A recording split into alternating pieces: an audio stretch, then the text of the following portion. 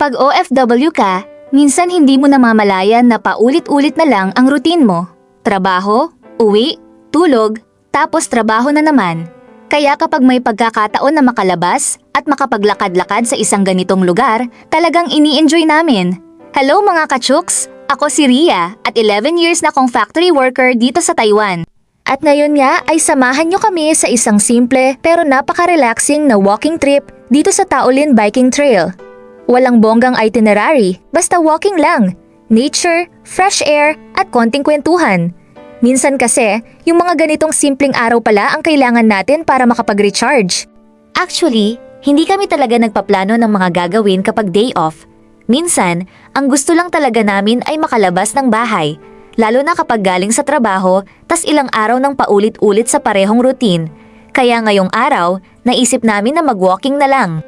At dahil nasa Taiwan tayo, ang daming lugar dito na pwedeng puntahan na hindi naman kailangang gumastos ng malaki. Isa na dito itong Taolin Biking Trail. Habang papunta pa lang kami, ramdam mo na agad na ibang-iba yung atmosphere kumpara sa usual na city view. Mas tahimik, mas maraming puno, at mas presko yung pakiramdam. Pagdating nga namin dito, ang unang napansin namin talaga ay yung paligid. Puro green, mga puno, halaman, at yung mahabang trail na perfect talaga para sa walking at biking. Ang sarap lang maglakad habang ganito yung nakikita mo. Kasi minsan, hindi lang naman katawan natin ang napapagod. Pati isip, lalo na kapag trabaho ng trabaho. May mga iniisip ka tungkol sa family, sa pera, sa future, at kung ano-ano pa. Kaya malaking bagay talaga yung kahit ilang oras lang na makalayo ka sa usual mong routine, hindi para tumakas sa mga problema o mga isipin mo, kundi para makapagpahinga muna bago mo ulit harapin. Habang naglalakad kami, napansin ko rin na parang mas enjoyable talaga ang exercise kapag hindi mo siya iniisip na exercise. Kasi kapag sinabi mong magwo-workout ako, minsan tinatamad ka kaagad. Pero kapag sinabi mong maglalakad lang tayo at mag-iikot, ayun, nakalakad ka na pala ng malayo at bonus pa yung magandang view. Hindi ko nga namalayan na pinagpapawisan na ako, kaya para sa mga katulad kong gusto ring maging active pero ayaw ng sobrang complicated na workout, walking is actually a good way to start. Hindi kailangan mabilis agad, hindi kailangan sobrang layo. Ang importante, gumagalaw ka at habang naglalakad ka, pwede ka pang mag-enjoy sa paligid. Isa rin sa gusto ko sa mga ganitong lugar dito sa Taiwan.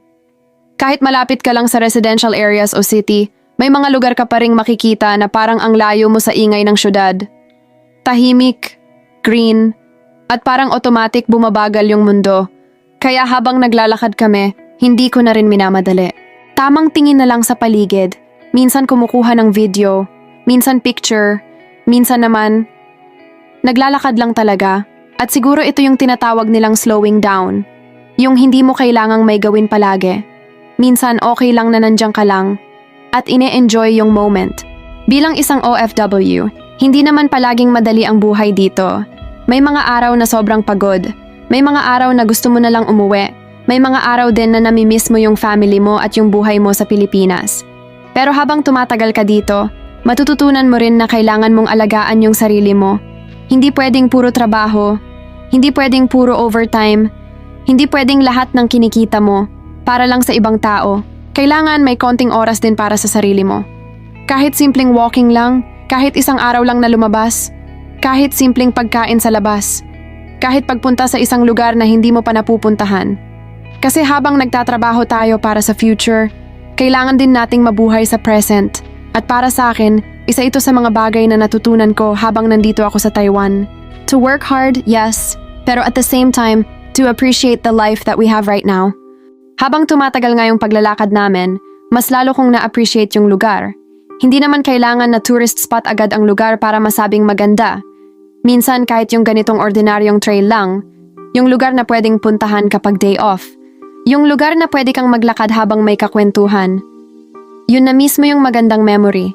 At kapag nasa abroad ka, importante rin pala na gumawa ka ng sarili mong memories. Kasi hindi lang naman trabaho ang buhay OFW. May mga araw din na kailangan nating huminga, kailangan nating tumawa, kailangan nating mag-enjoy, at kailangan din nating maalala kung bakit tayo nagsisikap. So ayun nga ang naging simpleng araw namin dito sa Taolin Biking Trail. Walang bonggang ganap, walking lang talaga. Pero ang daming napulot na magandang feeling, napagod yung katawan, pero parang gumaan naman yung isip. At minsan, hindi talaga kailangan ng malaking bagay para maging masaya. Minsan, sapat na yung magandang lugar, fresh air, konting exercise, at may kasama kang makaka-enjoy ng moment. Kung ikaw ay OFW din at pakiramdam mo minsan puro trabaho na lang ang buhay mo, try mo rin maglaan ng kahit konting oras para sa sarili mo.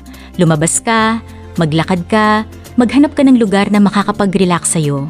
Hindi selfish na magpahinga tayo mga kachuks, dahil kailangan din nating alagaan ang sarili natin habang inaabot natin yung mga pangarap natin. Hanggang dito na lang muna ang simpleng walking adventure namin. Thank you so much sa pagsama sa amin today. At kung nagustuhan nyo yung ganitong simple at relaxing na Taiwan vlog, don't forget to like, subscribe at samahan nyo pa ako sa mga susunod nating kwento dito sa Taiwan. And remember, hindi kailangang bongga ang isang araw para maging magandang araw. Bye for now! See you sa next vlog mga kachuks! At huwag kakalimutang piliin palagi ang tamang desisyon para iwas problema in the future. Bye!